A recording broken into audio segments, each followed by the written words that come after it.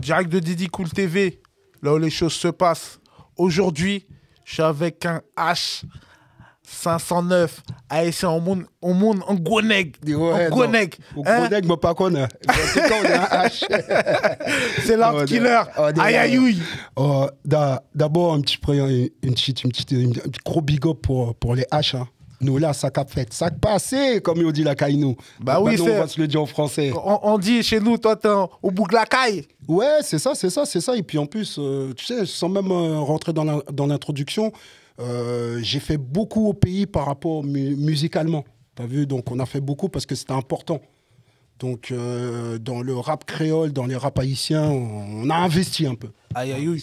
Mais toi, Lord Killer, t'es qui? Comment tu t'es fait? Faut que tu nous expliques tout ça, là. Parce que là, on veut te connaître. Parce que dans l'underground, les gens te connaissent. Ouais. Mais au grand public... Si, au grand public, ils connaissent. Ah ouais? Parce que 24 heures de nos vies, en fait, il y a deux compiles. Il y a deux compiles très différentes. En fait, il y a Hip Hop Vibes, qui était la compile de rue, que tout le monde connaît. Mais en fait, mon vrai succès, c'est 24 heures de nos vies, compile qu'on a fait avec Secteur A.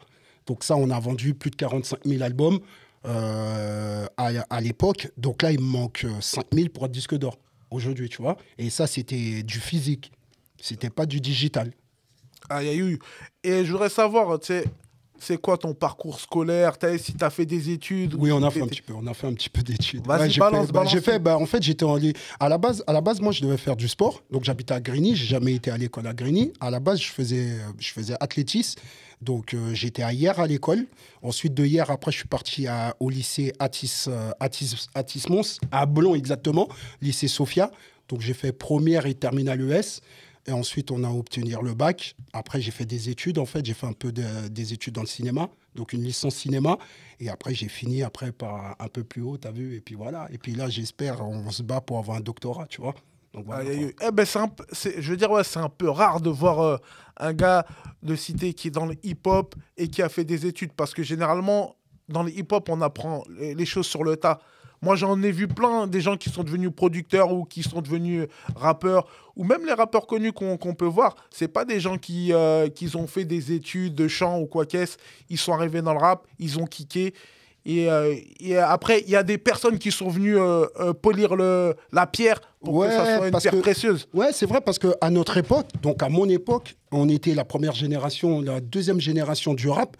Donc en fait, c'était un peu compliqué parce que déjà, c'était pas de leur faute, j'aime bien dire, parce que moi, je me rappelle, j'avais 14 en troisième et on voulait que je fasse une technologie, tu vois. Ouais. On disait, ouais, mais non, lui, il peut pas faire des études. Et puis, on a envoyé mon frère, tu vois, en carrosserie, parce que c'était à l'époque, on nous facilitait pas, en fait, on nous donnait pas l'accès aux études. Et c'est triste à dire, hein, mais moi, ce qui m'a sauvé, c'est le sport, comme je faisais sport. Et puis, donc, on avait de la chance d'être encadré.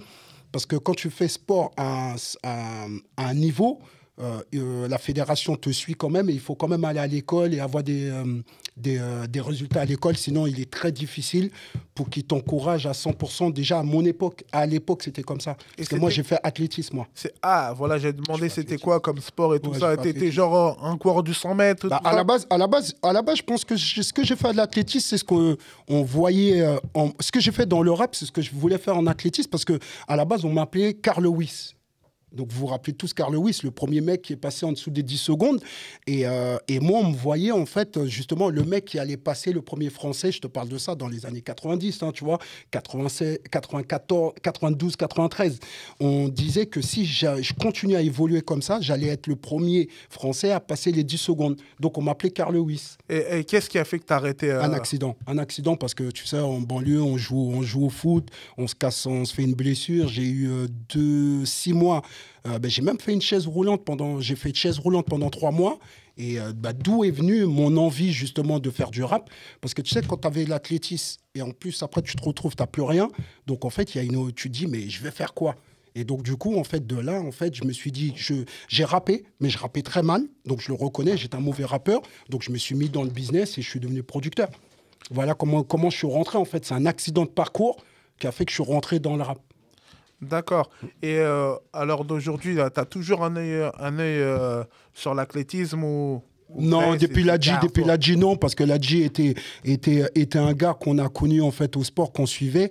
Donc tu vois, big up Ladji, qu'on suivait. Et puis bon, après, si, Christophe Lemaitre, je me suis arrêté à Christophe Lemaitre, parce que je trouvais qu'il avait un très fort potentiel. Mais en fait, en France, on ne suit pas les athlètes comme on peut suivre aux États-Unis. Donc, il avait beaucoup de blessures, donc il n'a pas pu faire carrière. Mais je me suis arrêté à Christophe Lemaitre. Et il y avait aussi Tango. Tango, Oui, ouais, mais moi, je ne suivais pas trop parce que lui, déjà, lui, il était plus dans les triple saut, je crois. triple saut, voilà, c'est ça. Mais lui aussi, c'est il ça. est dans l'hip-hop. Ah ouais, Ouais, tu m'apprends ouais, un truc. Tu ouais, m'apprends il est un dans truc. l'hip-hop Tu et m'apprends un truc, je ne savais pas. Donc après, je me suis dit, bon, j'ai fait le truc. Ouais, non, mais tu m'apprends, mais ça serait bien de le Tu vois voir. ce que je veux dire? Mais lui, c'est en fin de carrière, lui. Ah Donc, oui, c'est là, lié. en fait, ce que j'ai cru comprendre, c'est qu'il entraînait. Ok. Il avait arrêté, il entraînait. Ok. Et là, il a décidé de revenir pour essayer de faire les JO à Paris. Ok. Si je me trompe Ok, pas. d'accord. D'accord, ok. Donc voilà. Bon, on va revenir un peu sur ta carrière hip-hop. Ouais. Je sais que la première compile que tu as sortie, t'avais 17 ans. Et 17 c'était, ans, en 1996. En 96. Ouais, c'est ça. Et c'était Hip Hop Vibe. Hip Hop Vibes, ouais. Hip Hop Vibes, la scène rap, parce qu'à l'époque, on n'appelait pas les compiles. Moi, j'appelais pas les compiles les titres, parce que les compiles, en fait, c'était à l'époque, il y avait les énergies, les compiles énergie. Donc, c'était volume 1, volume 2, volume 3, volume jusqu'à volume 50. Et moi, en fait, je considérais que le Various album était considéré, en fait, comme album concept. Donc, en fait, il y avait toujours un titre. Donc, l'artiste, c'était Hip Hop Vibes. Et le titre de l'album, c'était la scène rap pour le 1. Pour le 2, c'était Hip Hop Vibes 3, où est passé le 2. Et ensuite, après, on a fait Hip Hop Vibes, nouveau chapitre. Ouais, et j'ai cru comprendre ce qui t'a lancé dans l'entrepreneuriat ou dans la production, c'était Puff Daddy. Tu l'as vu. T'es parti chez ton père. Parce qu'on a eu des trucs. Donc maintenant, j'ose même plus trop parler de lui pour les histoires qu'il a. Tu vois, donc on va plus trop parler de Puff Daddy. Tu vois. Ouais, mais ça peut quand même une source d'inspiration. L'influence vient de là. Je sais aussi que. L'influence vient de là. Je sais aussi que c'est aussi Eric Sermon avec IPMD. Tu t'es bien renseigné. Qu'est-ce que tu crois? Mon premier logo à l'époque, on s'appelait Sec, l'album, et c'était orange, noir, blanc et orange, noir et blanc. Donc comme leur logo de EPMD en fait. Et toi, tu dis que tu peux faire du business. Le business, c'est pas des amis. C'est juste deux gars qui viennent travailler ensemble. Non, c'est pas ça. Non, c'est le contraire. Attention. Bah, c'est que parce que tu avais donné l'exemple avec Eric Sermon et son acolyte pour EPMD. Ils ont dit qu'ils ont deux vies totalement différentes. Non, deux vies différentes ne veut pas dire ne pas être amis. Attention, parce que je pense que quand on fait du business, c'est-à-dire on n'a pas besoin d'être amis, mais on a besoin en fait d'avoir la même vision. C'est ça, en fait, j'ai dû dire que les gens ont compris. Parce qu'en fait, tu n'as pas besoin de connaître la personne depuis longtemps pour avoir la même vision. Oui, ça, c'est vrai. Je pense, pour moi. Bah, ça revient au même. Oui, de ne pas être ami aussi. Oui, c'est pour ça. Mais je ne veux pas dire que c'est parce que vous êtes des amis, vous n'arrivez pas à faire du business. Non, non. J'ai jamais voulu dire ça. C'est juste une histoire de tu n'as pas besoin d'être ami pour faire du business. En tout cas, si je prends mon exemple, les plus gros business que j'ai fait, c'est pas avec des amis. C'est avec des gens complètement différents. D'accord. Et là, je vois qu'aujourd'hui, tu t'es un peu varié. Même à l'époque, je crois que c'est en 2001 où tu as décidé d'arrêter Party Rap. Ouais. Et tu t'es mis dans la vidéo. L'audiovisuel. Oh, tu as suivi. C'est ça. C'est ça, 2001, je suis parti à l'ESRA. On te je suis suit de parti loin. à l'ESRA et j'ai obtenu un BTS à l'ECA. D'accord. Ouais. Et t'as pas fait encore de grands projets Clip. Non, pas clip. Cinématographique. Non, parce que tu sais, justement, c'est pour ça qu'on a développé la télé, on va en parler plus tard. Je pense que Ladji, bravo, parce que quand même, ce qu'il fait est mortel, parce que même si on aime ou on aime moins, je pense qu'il faut big up le frère, parce qu'il fait du bien pour le cinéma. Surtout, en plus, il nous représente, en fait. Je pense que, tu sais, pour le cinéma, en fait, il faut être parrainé et il faut avoir quand même le pied dedans. Et moi, je sors de la musique, donc j'étais plutôt du côté vidéo musique, que cinéma. Mais ce que j'ai cru comprendre, c'est qu'à un moment, toi et ton équipe, vous étiez proches de l'équipe de Besson. Oui, c'est vrai. Si, on était très proches, J'ai même un scénario, en fait, qu'on a eu des retours de sa part qu'il avait bien aimé. Oui. On aurait pu donner suite, mais à l'époque, je pense qu'on était trop foufou, en fait. Mais j'avais écrit un petit synopsis, en fait, parce que moi, j'ai une histoire vraie que, tu vois, comme j'aime bien rappeler, j'ai des gens autour de moi, à l'époque, qui sont morts du sida. Donc, mon premier scénario, je l'ai tourné, en fait, sur le sida, mais pas dans le sens que c'est quelqu'un de la banlieue qui souffre, qui a la maladie. Non, c'est que ça peut arriver dans n'importe quel milieu. Et justement, la fille, en fait, qui avait cette maladie, et, son mode de vie, en fait, comment on l'avait, comment j'avais fait la narration, avait plu, en fait, à son équipe, tu vois. Et ouais, lui, il était grave intéressé pour continuer le travail avec nous. Mais après, c'était, tu sais, c'était juste des kiffs, c'était des défis. Parce qu'il y a beaucoup de choses que j'ai fait dans ma vie, c'était des défis, j'ai pas été au bout. Et là, tu penses qu'avec la maturité, avec l'âge, tu crois que plus tard, tu vas reprendre le scénario et le remettre au goût du jour? Non, parce que vous êtes là. Toi, Grace, vous êtes là. Donc, on va prendre vos scénarios, on va produire ou on va coproduire. Et nous, on va rester business, tu vois pas? Parce que justement, on a fait le média justement pour pouvoir avoir un diffuseur. Parce que, tu sais, parce que les gens ils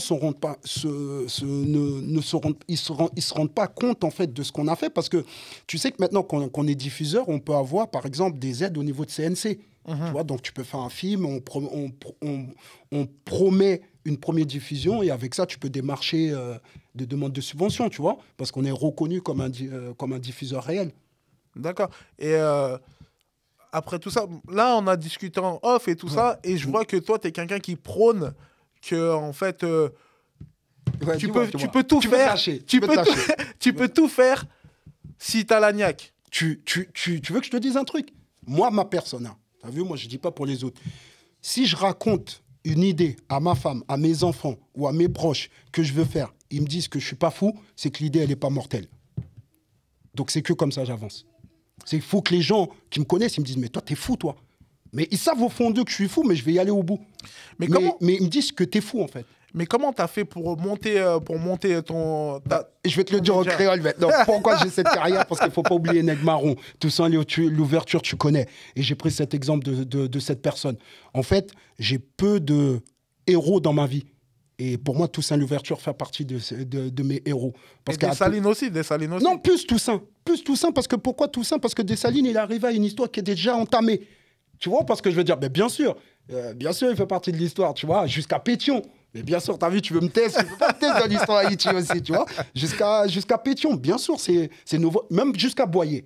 Jusqu'à Boyer, franchement, l'histoire d'Haïti, c'est mortel, ces personnages. Après, on peut les aimer ou on aime moins, parce que moi, j'aime plus, par exemple, Toussaint. Il y en a d'autres qui vont plus aimer Dessalines, il y en a d'autres qui vont plus aimer Pétion. Mais c'est ça, parce qu'ils se sont battus pour notre patrie, pour notre drapeau. Parce qu'il ne faut pas oublier que Haïti, 1804, indépendant, et que l'Afrique a été indépendante après la Deuxième Guerre mondiale. Donc, c'est-à-dire quasiment 150 ans après nous. Regarde, juste une petite parenthèse. Qu'est-ce que tu penses aujourd'hui du film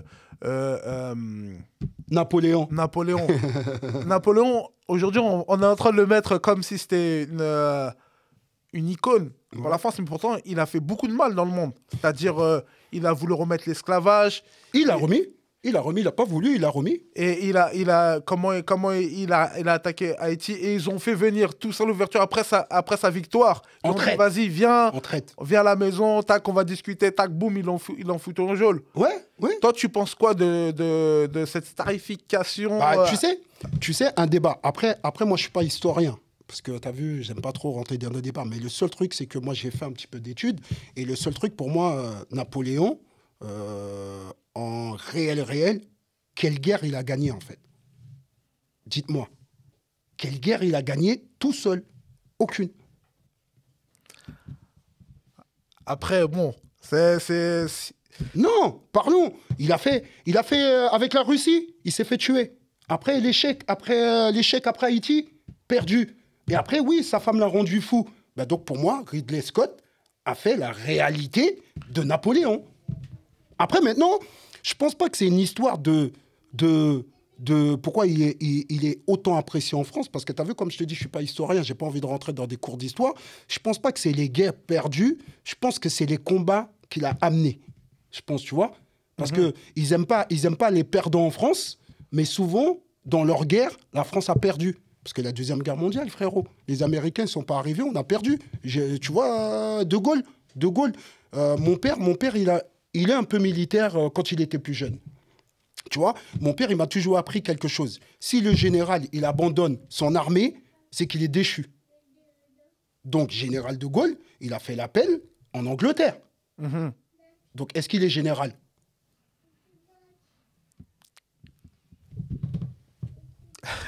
Ça, moi, Non, on n'a pas besoin de parler. J'ai pas de me faire attaquer par les historiens. Mais non, mais c'est une question simple. Le général qui quitte son armée, c'est la base qu'on t'apprend à l'armée. Le général qui quitte l'armée, mais après on dit, non, il n'a pas quitté l'armée, il a été chercher les Anglais. C'est facile un peu. Oui, il a été chercher les Anglais. Mais si les Anglais n'avaient pas répondu, est-ce qu'il aurait gagné cette guerre?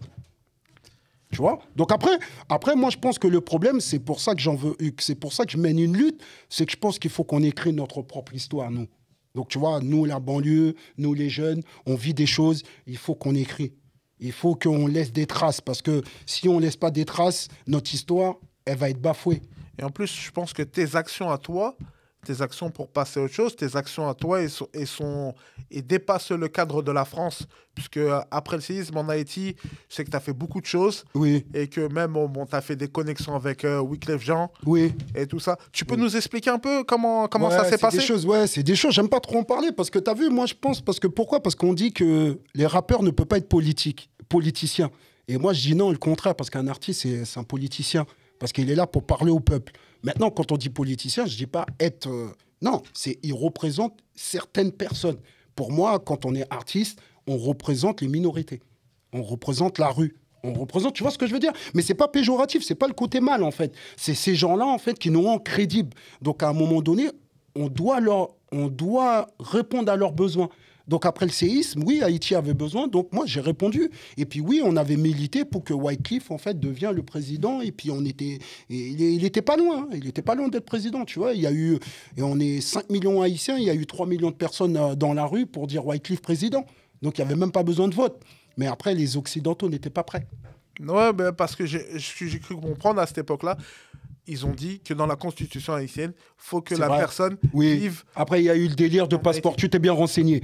En fait, le problème, en fait, après, il y a la livraison du passeport. Et puis, ils ont dit, oui, si tu n'as pas 58, vive, ouais, tu t'es bien renseigné, c'est vrai. Et donc, c'est ça qui a bloqué. Mais en fait, c'est faux. Parce qu'on sait que tous les présidents haïtiens, haïtiennes, ont plusieurs passeports ou ont plusieurs nationalités. Ben ça, c'est la base. Voilà, tu vois ou pas? C'est la base, oui. Donc, et maintenant, aujourd'hui, on va revenir à ton actualité. C'est aussi, tu travailles avec les deux balles, avec DOC et J-Kill dans leur... Ouais, je travaille avec DOC au niveau de consulting, parce que je fais beaucoup de consulting pour des artistes, donc des artistes connus. Donc, je gère en fait leur gestion de carrière et des fois leur portefeuille. Et donc, pour DOC, je gère ça. Et pour J-Kill, en fait, je suis le prof principal du centre de formation qu'il a créé à Art Academy. Tu peux nous en parler un peu de ce centre de formation? Art Academy, en fait, c'était à l'époque la première école où on t'apprend en fait, à devenir en fait, producteur. D'accord. Mais ce n'est pas artiste, hein, c'est producteur. Donc, c'est label production. Donc, on t'apprend à étudier un peu les contrats, on t'apprend le rôle du producteur, on t'apprend les pièges, on t'apprend à faire le business plan. On t'accompagne jusqu'à ta première sortie de projet. Et donc, voilà. Parce qu'aujourd'hui, là, il y a beaucoup de producteurs du ghetto. C'est juste, ils posent l'argent sur le marbre. Ils disent, voilà, t'as besoin de combien pour faire ça? Tiens, vas-y. T'as vu, j'étais plus à l'aise à parler justement de l'histoire, mais là, je suis moins à l'aise. Pourquoi? Parce que je pense que 90% des rappeurs, en fait, n'ont pas de structure réelle, en fait. En fait, ils montent un label juste parce qu'il faut qu'ils sortent un disque. Il ne faut même pas une étude de marché, en fait. Il ne faut même pas un business plan. Tu sais, des fois, je leur parle, mais je leur dis, vous avez, entre autres, il y a un rappeur super connu, qui a un disque d'or là, qui est venu me voir. Et le mec, on est en train de se battre, en fait, pour qu'il obtienne certains cachets, en fait. Tu sais, donc après, non, c'est compliqué. Parce que je pense que notre travail et mon travail à moi, c'est justement de les structurer, ces jeunes-là. Et moi, j'aime bien, tu vois. Donc moi, je fais ça. Mais je pense que la production, ils rentrent, en fait, dans le business de production, mais ils ne sont pas entrepreneurs. Et tout le monde ne peut pas gérer un label, en fait. Parce qu'aujourd'hui, tu sais, dans la street, on voit les gens, genre Zarma, si tu prends les chemins comme t'as pris, genre apprendre les trucs, c'est des trucs de blanc Zarma. Attends, laisse-moi finir. C'est qu'aujourd'hui, nous, on est plus dans l'anarchie. Ouais, C'est vraiment l'anarchie, c'est que voilà, on veut pas prendre les chemins créés par les autres. Vas-y, nous, on fait comme ça, t'as besoin de ça, vas-y, on va te l'acheter, tac, boum, bam, après on fait le truc, on presse le disque. Et voilà, parce qu'on ne veut pas leur donner d'argent non plus. Bon, c'est ce qu'ils disent. Je vais te répondre. La chance que j'ai eue, Haïti a eu des problèmes à l'époque de Duvalier. Donc ma mère était obligée de quitter Haïti. Mais ma mère en Haïti, c'était une grande commerçante. Donc ma mère, elle gérait du business. Ma mère avait 25 personnes qui travaillaient pour elle. Donc en fait, je n'ai pas quitté Haïti pauvre. Je dis pas que ça c'est un problématique pour les gens. C'est-à-dire que moi, en fait, quand j'ai quitté Haïti, c'est que je les ai quittés à cause des problèmes politiques, en fait. Moi, je suis arrivé en maternelle en France, tu vois. Donc, c'est problème politique qui fait que je suis arrivé en France. Donc, on arrive à Saint-Denis. À Saint-Denis, jusqu'à l'âge de 12 ans. Et ma mère, elle en a eu marre. On habitait en pavillon. J'étais à Étréchy. À Étréchy, il y a eu des galères. Ma mère, elle a dû quitter son pavillon. Je me suis retrouvé à Grigny. Tu vois, Donc, en fait, à un moment donné, chacun son parcours. Mais moi, en fait, je dis que... Pourquoi? C'est parce que, en fait, c'est ce que je vous expliquais tout à l'heure. Je pense que mon histoire et les histoires des gens actuels, ce qui est différent, c'est que on les décourage. Tu sais, être jeune aujourd'hui, c'est dur pour eux, en fait. C'est, en plus, quand tu écoutes matin, midi, soir, il y a les mêmes histoires, islam, ghetto, banlieue. Frère, c'est néfaste pour eux. Tandis que moi, à Saint-Denis, on vivait avec tout le monde. Noir, blanc, en tout cas à Saint-Denis. Noir, blanc, portugais. Moi, ma nourrice, c'était une Algérienne. Tu vois? Et quand je suis arrivé à Grigny, c'était un peu tendu, les Noirs et les Arabes. Après, on était poteaux, mais au début, c'était un peu tendu, tu vois. Et tandis que dans mon 93, Koulchen habitait au-dessus de chez moi, portugais, ma nourrice algérienne, mon meilleur pote, c'était un Français, j'avais Rachid, qui était un Malien. T'as vu? Franchement, on était heureux, en fait. On n'avait pas ces problèmes-là. Donc moi, en fait, comme je dis souvent, je prends mon exemple comme exemple. Et pour moi, l'exemple de ma vie influence mes enfants et pas les gens, en fait.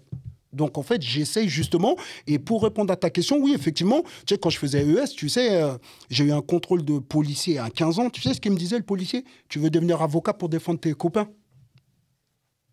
Donc, en fait, que je faisais les études juste parce que je voulais faire style pour défendre les miens. Donc, c'est-à-dire que, ouais, arrête de vouloir faire parce que tu ne deviendras pas avocat. Tu vois, donc on brisait déjà tes rêves.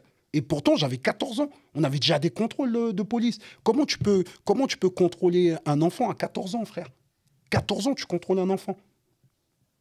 Donc voilà. Après, quand je vois les problèmes de policiers, des fois, il faut eux aussi ils réfléchissent de leur côté. Hein. Tu vois, pas le truc. Donc, oui, les jeunes, ils font des trucs bizarres, mais je pense qu'ils sont un peu... Et c'était toujours... Moi, je me rappelle, ce qui me choquait, c'était toujours les Antillais. Parce que moi, j'ai une partie de ma famille qui vit en Guadeloupe, tu vois. Et donc, c'était toujours les Antillais. Et donc, j'essaie toujours de placer un mot en créole. C'est limite, c'était mal vu. Tu vois, parce qu'il sortait des Antilles. Le mec, il était policier. Il fallait que ses potes disent « Ouais, t'as bien travaillé, t'as bien travaillé. » Il maltraitait. Il nous maltraitait. C'était un contrôle de police, ça a duré 15-20 minutes, mais frère, on n'avait rien fait. Moi, j'ai pas de casier, j'ai jamais rien fait, mais je me suis retrouvé combien de fois en 48 heures garde à vue?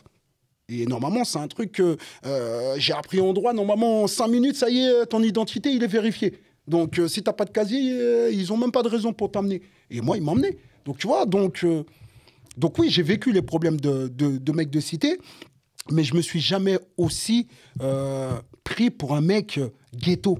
Parce qu'il y a cité et ghetto, tu vois. Et puis comme j'ai eu l'avantage, peut-être aussi, parce que j'ai fait plusieurs quartiers, plusieurs départements.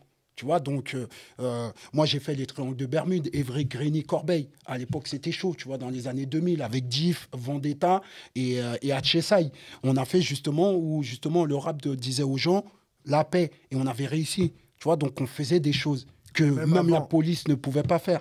Même avant, dans ta carrière de producteur, moi, ce que j'ai cru comprendre, après, tu me corriges, c'est que j'ai l'impression que c'est toi qui as fait un peu sortir le ménage à trois de l'underground, puisque moi, j'ai connu le ménage à trois dans tes compiles.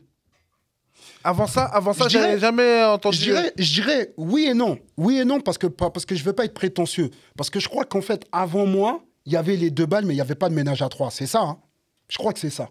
Je crois qu'il y avait les 2 balles, parce qu'il y avait 2 balles de nègre. Ouais. Tu vois, parce que c'était en même temps qu'Hip-Hop Vibes. Parce que les 2 balles, en fait, c'est dans Gueudin, il y a Kit Meza. Et Kit Meza, c'est mon cousin. C'est un haïtien. Mhm. Donc, le mec de Gueudin, qui était en Lox, qui était souvent avec les 2 balles, qui a même en fait remplacé DOC quand il était absent avec Jekyll, c'est mon cousin. Donc, tu vois, je les connais en fait, les 2 balles. On se voyait dans les mariages haïtiennes et j'avais 10 ans. Donc, on se connaît depuis 35 ans en fait, en vrai de vrai. Et je pense que oui, le ménage à 3, le collectif, oui, c'est moi. Je pense. Le collectif, c'est moi. Mais ils avaient déjà fait Cut Killer en fait. D'accord. Mais ils n'étaient pas au complet. Ils n'étaient pas au complet parce qu'il y avait Crotte Mitaine, il y avait. Mais en fait, je pense que les Haddock, les Monsieur R, c'est moi qui les a lancés. Ouais, ouais, c'est ça.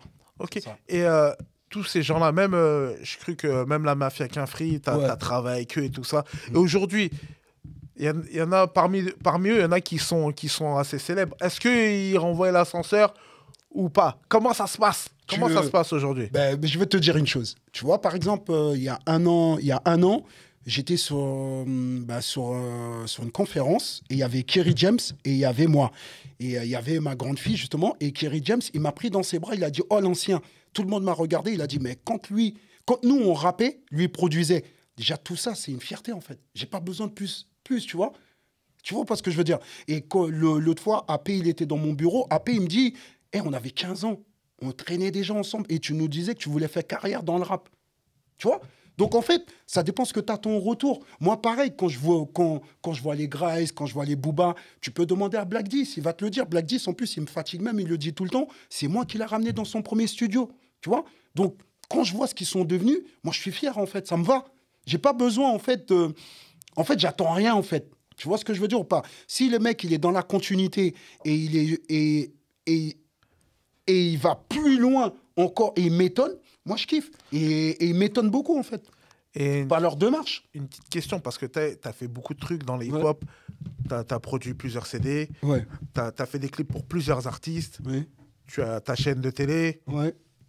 Financièrement, c'est comment? C'est ça? Ça, c'est des trucs qu'on parle pas. Tu veux que les impôts, ils me tombent dessus. quoi. C'est des trucs, je sais pas. Non, ça va. Je suis pas...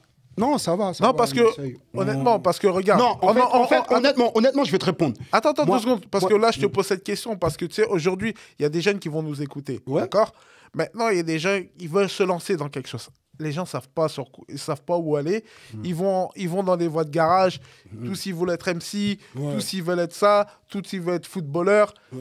Mais il y a plein de trucs autour. Ouais. Maintenant, dans la production, comme tu sais, c'est un métier à part entière. Ouais, c'est vrai. Tu vois ce que je veux dire? C'est vrai. Et des fois, pour motiver les gens, pour motiver les troupes, il faut parler pécunier. Tu dis, ouais, si tu fais ça comme métier, tu peux avoir ça comme, Oui, non, il y a comme de l'argent argent. dans le rap. Les Non, il y gens, a de l'argent. et Non, il y a de l'argent. les gens, Il y a ils de vont dire, l'argent. ah là, je vais me donner les moyens. Bah regarde un truc simple. Si aujourd'hui on arrive à faire une télé, c'est qu'on a une notoriété et qu'on a fait des choses et puis on est crédible, reconnu et puis je pense que financièrement parlant, on arrive à tenir. Tu vois ou pas? Et combien tu mets d'argent pour faire une télé? Non, Pour ça faire, faut pas dire. Non? Ça c'est des trucs parce que je peux pas dire parce que pourquoi? Parce qu'il y a des trucs, entre autres le Snap, il me soutient dans d'autres choses, je peux pas parler d'argent. Parce que ce que Alexandre fait au Snap, c'est des trucs que si c'est toi qui le fais, c'est 15-20 000 balles. Et pour moi, il prend un coup de téléphone, c'est Lord Killer, c'est le mec, le référent du rap indé. Tu vois, comme tu disais tout à l'heure, ma carrière parle pour moi aujourd'hui. Tu vois? Donc, si c'est un jeune qui fait une télé, il faut 150 000 euros par an. Ah ouais, Ouais, c'est ça un peu. C'est ça un peu. Ouais, il faut 150 000 minimum. Ouais. Minimum. Pour faire une télé, parce que entre SCPP, SPPF et la SACEM, tu tournes entre 5 et 15 000 euros par mois des droits. Ok. Tu vois, donc entre 5 000, ça te fait déjà, tu es à 55 000. Et si tu arrives au plus gros forfait, 15 000, tu es déjà à 170 000. Et ta télé, tu n'as même pas encore payé ce qu'on appelle le distributeur. Donc, ton distributeur, c'est lui, en fait, qui va s'occuper, en fait, de faire ta programmation. Parce que même si tu fais que des clips, c'est quand même une programmation. Parce que les machines, on n'a pas les machines nécessaires pour pouvoir les faire. Et ça, tu payes entre 2 000 et 5 000 euros. D'accord. Tu vois, donc voilà à peu près, sans payer des bureaux, sans avoir des locaux. Hein. Parce que nous, chez Vibe TV, chez Grace, ils ont plus que nous. Tu vois, parce que je veux dire, nous, on n'a pas de plateau, nous. Nous, tout se fait dans un bureau. Aïe, aïe, aïe. Ouais. Et j'ai une petite question. Aujourd'hui, là, je sais que toi, tu es grave dans le partage. Ouais. Tu es, Parce qu'on m'a donné, donc je donne. dans la politique des grands frères, quoi. Quand tu vois Oui, un parce que petit peu, tu veux tu vas l'aider, tu vas essayer de lui trouver des plans, tu l'accompagnes, et ça gratuitement, tu donnes de ta personne, tu donnes Oui. de ton temps. Oui. On sait que tu es quelqu'un d'important. Mais Tu as je vais à te gauche, poser à une droite. question. Je vais te poser une question tout à l'heure, tu vas reposer. T'es un Haïtien. Taban. Qu'est-ce qui tient Haïti? Hein? Le partage. Ouais. Ben voilà. Aujourd'hui, je suis plus si sûr que c'est le partage qui Si, tient Haïti. C'est si. les gangs qui tiennent Haïti, mon pote. Non, mais ça, on se met de l'autre côté. Mais les pauvres gens qui mangent, c'est le partage. Bien sûr. Parce que ton voisin, quand il a à manger, il va t'apporter une assiette. Tu vois ce que je veux dire ou pas? Ah ouais. Je parle pas au niveau économique. Je te parle au niveau, qu'est-ce qui donne encore l'envie que ça peut changer à des Haïtiens? C'est le partage. Tu vois ce que je veux dire ou pas? Et moi, en tant que Haïtien, c'est normal en fait pour moi. Et là, on va conclure un peu cette émission. Et sur un truc, là, j'avais parlé avec Alino, Ouais. avec Lamal, Mhm. et on parlait de s'asseoir entre Haïtiens et faire un truc pour la diaspora. C'est-à-dire pour s'asseoir et voir les actions concrètes qu'on peut faire pour Haïti. Toi, tu veux être de la... En Haïti? En Haïti, là? Ouais, ouais. En Haïti, tu peux rien faire si t'es pas un gang. Ah ouais? Actuellement, tu peux rien faire. Moi, je partais en Haïti je partais 3 fois par an en Haïti. Depuis 1 an et demi, mes contacts me disent ne viens plus. Parce que moi, j'entends d'autres Haïtiens qui me disent oui, tu peux venir, mais sauf tu vas en province. Tu vas pas. C'est juste la capitale qu'il faut. C'est vrai. C'est juste la capitale. Non, mais si tu fais un business, tu sais, Haïti, c'est pas comme la France. Tout le côté administratif, c'est dans la capitale. Donc, les conteneurs, parce que tu peux avoir Jacmel, tu peux avoir Cap Haïtien, au Cap. Tu vois, tu peux avoir ça, tu peux avoir Jérémy. Tu as ces 3 trucs, mais ça dépend quel pays. Jérémy, c'est quand tu es à Miami. Port-au-Prince, c'est quand tu es en France. Tu vois, les conteneurs, et c'est pas autrement. C'est comme ça. Tu vois, parce que nous, on l'a fait. On le faisait souvent. Donc, maintenant, si tu veux faire un business en Haïti actuellement, si t'es pas un gang, c'est chaud, frère. Parce que pourquoi? Parce que c'est eux qui ont mis en place les gangs. Maintenant, je dis pas que les gangs sont forcément mauvais, mais tu sais, ils ont pas à manger et les 10 familles qui tiennent Haïti, parce qu'ils sont 10 ou 15 familles en Haïti qui tiennent, ils leur financent en fait le gang. C'est ça en fait le problème. Donc oui, effectivement, oui, je suis dedans. On peut avoir un projet pour Haïti, mais penser à aller là-bas pour le faire, non. Ah non, j'ai pas dit d'aller là-bas. Mais on est sur un. Mais je suis là. On a parlé d'un projet. Tu m'appelles, je suis là. D'un projet. Tu sais ce que je suis capable de faire. Si tu m'appelles pour ce que je suis capable de faire, je suis là. Je suis là. Et j'attends rien en retour, frère. Je donne de ma personne. Ok. Et maintenant, là, j'ai la dernière question, c'est la question à $10 000. Ouais. On est en euros. C'est quoi? C'est la cité en quelques mots. Pour toi, c'est quoi la cité? C'est quoi la cité en quelques mots? En fait, la cité, il y a 2 parties. Il y a le parti, en fait, que tu as des gens, en fait, qui font de toi un héros, qui te montrent que tout est possible. Moi, j'étais entouré de ces gens-là, parce que les gens, ils m'ont dit, ouais, mais Killer. Parce qu'à la base, moi, je m'appelle Dose. Tu vois, Dose Killer, parce que j'aimais trop gazer. Et les clans NTM, les Alex, les Cool Chain, ils m'ont dit, hey, mais vas-y, toi, tu doses, toi. Mais dose un peu. Donc, déjà, Dose, après, j'ai mis Killer. Après, de là, en fait, Dose, ça faisait trop le mec, blablabla. Donc, j'ai mis Lord pour le Seigneur, tu vois. Donc, en fait, moi, j'étais toujours entouré parce que tu sais ce que me disent souvent, en fait, les personnes âgées? Ils me disent souvent, en fait, dans ton visage, il y a une lumière. En fait, que même si tu es relou, on sent, en fait, l'envie de partage et quelqu'un de bien, en fait. Donc, en fait, j'ai toujours été de ce côté de ces gens-là qui m'ont aidé. Mais le seul truc que je pourrais dire dans la cité, c'est que c'est pas parce que tu traînes avec des mecs que c'est tes amis, en fait. En vrai de vrai. En vrai de vrai. Donc, il faut faire attention. Je dis pas que tous sont tes ennemis, mais il faut savoir choisir tes amis. Et je pense que si en cité, tu arrives à prendre 2-3 personnes, vraiment, et que vous vous portez, on arrive à faire des belles choses. On arrive à faire des belles choses. Aïe. C'était Lord Killer sur Didi Cool TV. Aïe.